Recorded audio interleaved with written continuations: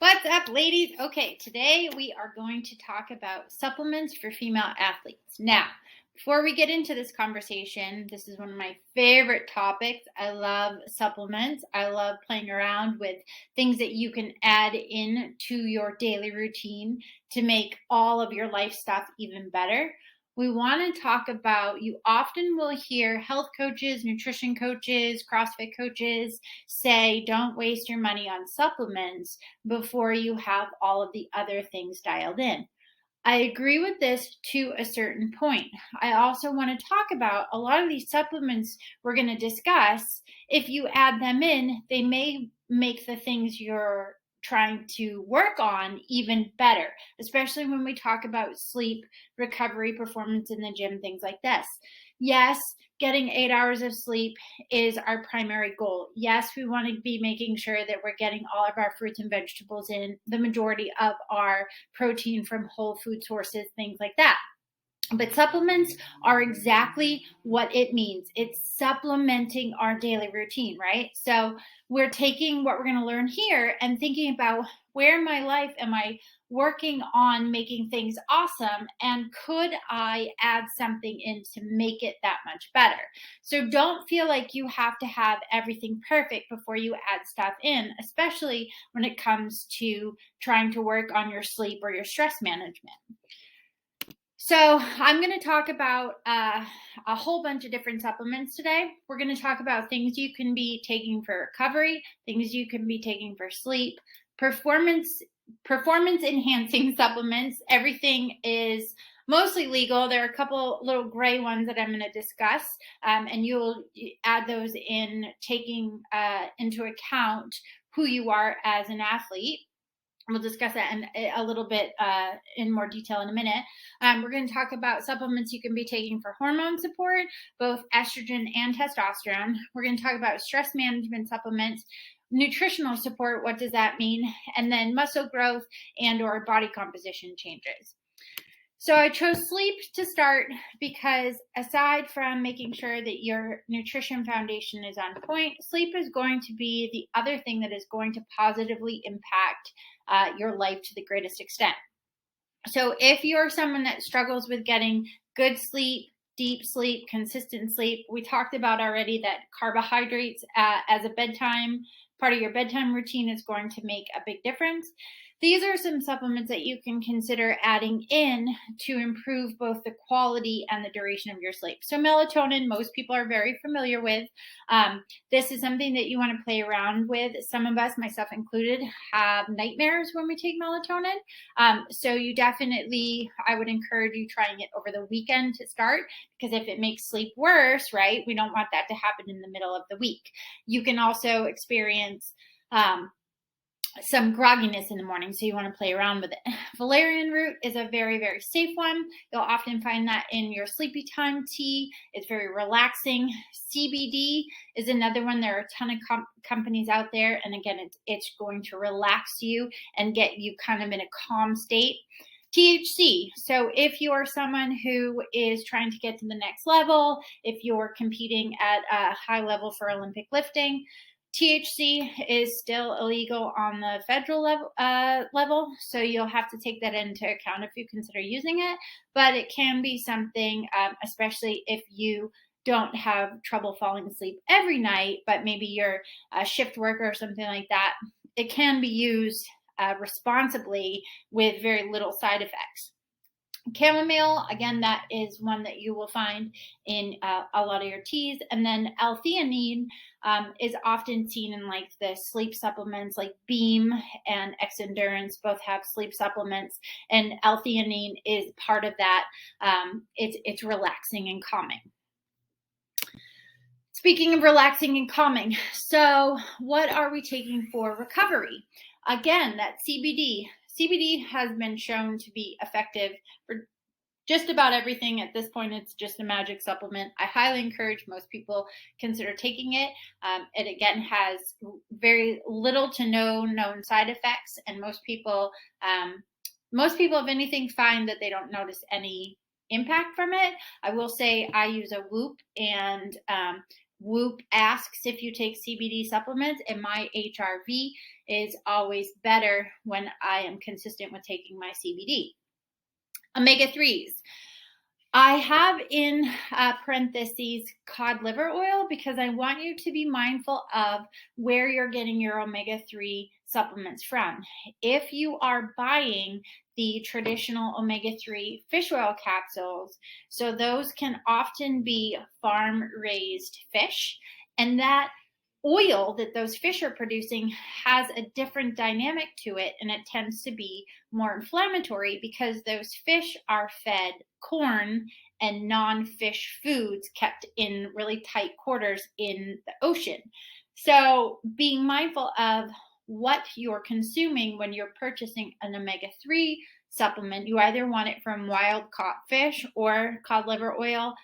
It's not as bad as it sounds. They make it flavored and it's really quite palatable. That's going to set you up to give your body what it needs to have healthy cells, which healthy cells means a healthy body. Magnesium, very relaxing. Ashwagandha, very proud I said that right, promotes healthy body, manages oxidative stress. I won't nerd out too much on that, but it's basically when your cells get damaged and from too much oxygen. I didn't do that right, but I'm not gonna go down the rabbit hole of oxidative stress.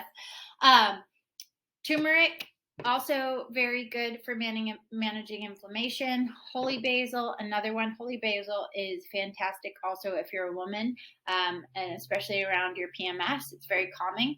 And boswellia is one of my new favorite supplements. I've been using it personally for almost a year. And it is in the frankincense family, which is also with turmeric and curcumin.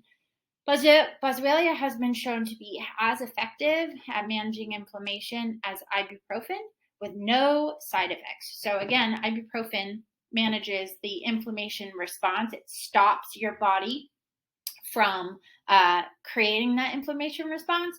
Boswellia works with your body to calm that inflammation response. So it's a pretty cool supplement. I highly encourage looking into it. For your performance. Now, I tended to nerd out a little bit too much on this one. And this is just like the tip of the iceberg when it comes to all the different supplements that you could be taking. Some of them you may already be very familiar with. If you look in here, of course, you can see beta-alanine. If you follow Matt Frazier, he talked about that on his Joe Rogan podcast, and then it blew up. Lactic acid buffers. If you use X Endurance, they have one called Extreme Endurance. Caffeine, of course, most of us are familiar with our coffee. Creatine, most of us are familiar with. Ginseng, beetroot. You'll look, a lot of the pre-workout supplements have beetroot in it. L-tyrosine. So rhodiola is for fatigue, helps you manage fatigue and improves your susceptibility to become fatigued, both mentally and physically. Cordyceps is going to be a mushroom that is going to provide you with increased stamina. Astragalus, that was a hard one. Taking that is going to improve your susceptibility to fatigue. Beta-alanine. That combines with an amino acid called histidine, which makes carnosine, and that increases your endurance and your force contraction of muscle fibers. So that's pretty cool. And studies show that it works actually better if you combine it with creatine. Lactic acid buffers help move the lactic acid out of the muscle. So the burn that you feel, lactic acid buffers will actually increase your tolerance to lactic acid.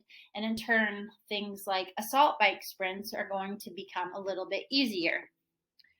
Caffeine increases tolerance to stress. It boosts norepinephrine, dopamine, and adrenaline, which are your stress response hormones, if you will, and or neurotransmitters, and caffeine helps boost those. I didn't do a good job of that one either.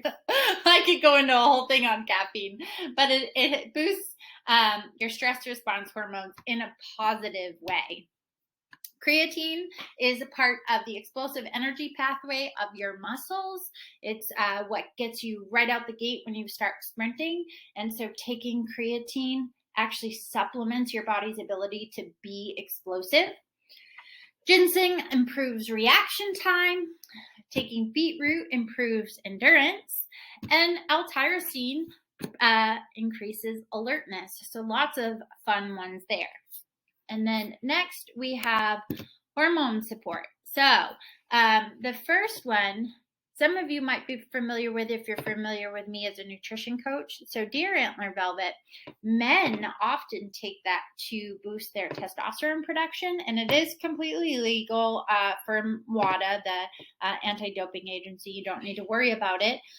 But cool thing about deer antler velvet is it's actually been shown to help improve hormone production across the board. So if you're a woman, you may find that taking this boosts not only your testosterone production, but also your estrogen production. So it's something to look into and research a little more if you are someone who's trying to figure out how to boost her estrogen production, especially if you're heading into perimenopause or menopause. Holy basil has been shown to be, I talked about it a little bit ago, it's an adaptogen. It helps your body manage stress, and it is also great for PMS symptoms. Chasteberry is also great to manage PMS symptoms and estrogen production. Evening primrose oil has been shown to be effective in managing cramps and discomfort during your period. Moringa has been shown to be effective in managing your estrogen production and PMS symptoms.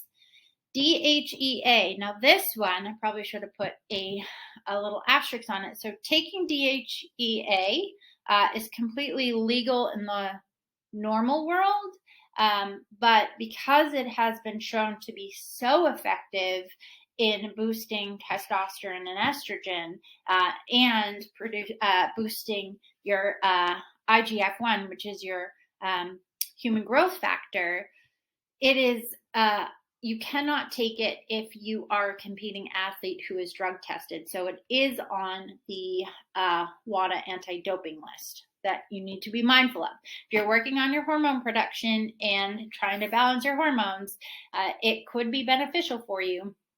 However, if you're someone competing, you cannot take it. And then berberine is one, if you are someone who is working on increasing your insulin sensitivity, if you have PCOS, polycystic ovarian syndrome, berberine can be taken to help increase insulin sensitivity. So some fun ones there. Stress management. Valerian root, CBD, chamomile, L-theanine, magnesium, ashwagandha, and holy basil. These are all supplements that you can be taking. And cool thing is you can take a lot of these together, and these are going to help you calm down, help you relax, help you be more tolerant to stress. These are not ones that I would encourage you to take for the most part before you trained, but absolutely, if you created a tea in the evening time, if you took an Epsom salt bath, which has magnesium in it, and you relax, and then you sip on some tea with some valerian root and chamomile, and you took your CBD supplement, you are going to feel amazing. Nutritional support. So this really covers all of the food, all of the supplements that we've created that come from food. So our multivitamin, our greens, protein supplements, vitamins, and minerals. These are supplements that I don't necessarily encourage you to take if you don't have your diet dialed in, because you're going to find that eating your salad or your apple is more beneficial for your body than taking your vitamin B or your vitamin C. Our bodies use the vitamin C that comes from an apple better and differently than it would if we took that vitamin C supplement. Additionally, if you're someone that struggles with depression or anxiety, one of the most profound vitamins that we can be taking is called folate. And folate comes from leafy green vegetables versus the folic acid, right? You've heard of them talk about that for making babies. Well, that folic acid, our bodies don't use the same way as folate from whole foods. I do encourage you to use a protein supplement to supplement, especially before and after training, just because sometimes our tummies can be upset. And it's a good way to make sure that we're hitting some minimum numbers. And then last but not least is muscle growth. So again, protein supplements, we need to make sure that we're getting in a minimum amount of protein. And I don't have essential amino acids and branched chain amino acids in that protein supplement category because I want you taking your whey protein and I want you tracking it as part of your daily protein intake. I do not want you using essential amino acids and BCAAs as part of your protein because our bodies don't use them the same ways. However, those are really nice if you can't tolerate whey protein, vegan protein, and you want to be sipping something during training because you're still providing your body with those amino acids. They just don't use them as efficiently as it would whey protein or some chicken. And again, DHEA has been shown to boost testosterone production significantly, so much so it is on the anti-doping list. But if you're someone who is trying to make gains and you are you're not competing, then it is safe to use. Beta-alanine and creatine, beta-alanine and creatine. Taking those allows you to push harder. Pushing harder allows you to put more weight on the bar and do more reps, which in turn you're going to see greater muscle growth. And then L-carnitine increases nitrogen oxide to the muscle and increases testosterone levels. And it is also known as a fat loss supplement. So if you're trying to make body composition changes, you can do some research on L-carnitine and see if it's something that you want to add in. All right, that is supplements. Holy cow, there were a lot of them. If you have questions, comments, feel free to hit me up. And I probably opened up a can of worms for you in a lot of this, but I also hope I introduced you to some supplements that may help you with all the things that you're working on to be the best athlete, woman, human you can be. Thank you for watching, and I will see you later.